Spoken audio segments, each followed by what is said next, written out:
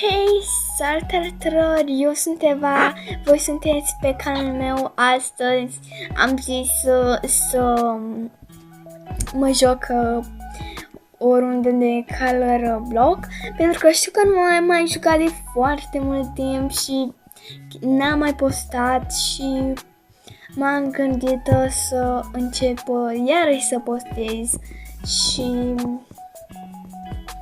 acum m-am gândit să postez cu acest joc, pentru că acest joc este întâlnit la mine pe canal, foarte întâlnit la mine pe canal.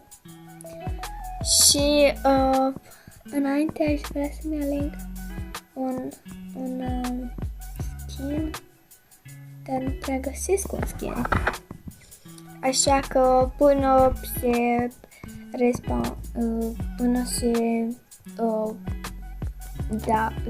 se adaugă alte skinuri, voi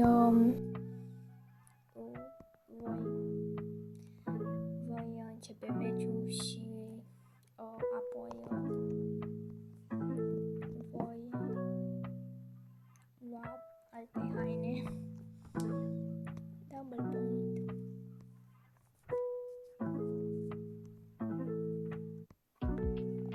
Și tare. Deci dacă eu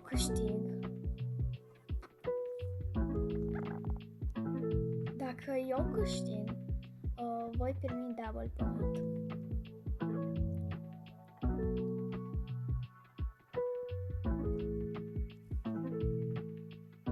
Magenta, ca de obicei.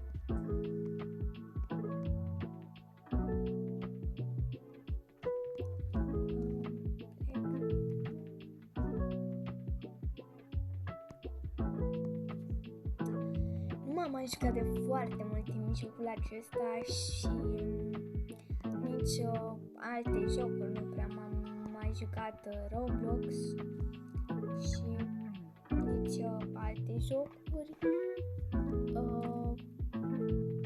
Și acum practic e mai pentru prima oară după ceva timp în care mă joc.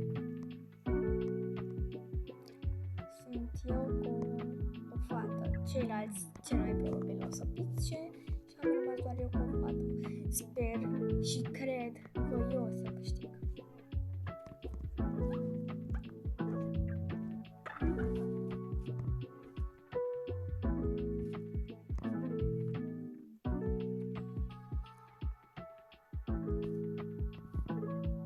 Am apelat la metoda veche cu schema asta, am uitat și cum se numește de când n-am mai postat un vlog. Deci eu cu fata asta și cel mai probabil și eu o să picem. O să rămân doar la limită.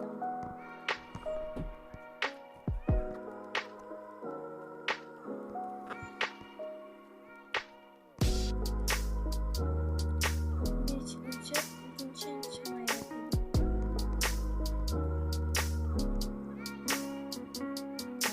Am câștigat! Nu cred.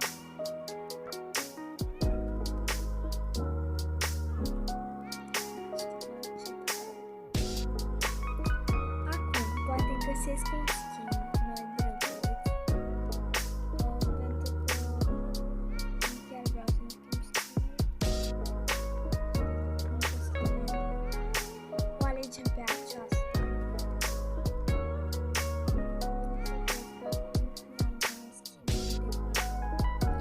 Asta este ultima rundă, să vedem dacă și la aceasta câștigăm. Am picat 10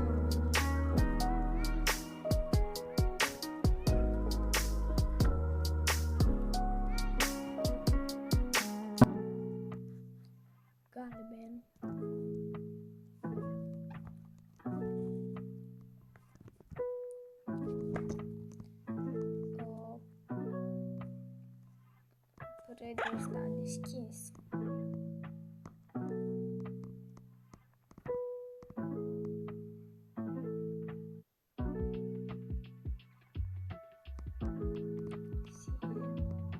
Chiar îmi plac rundele astea cu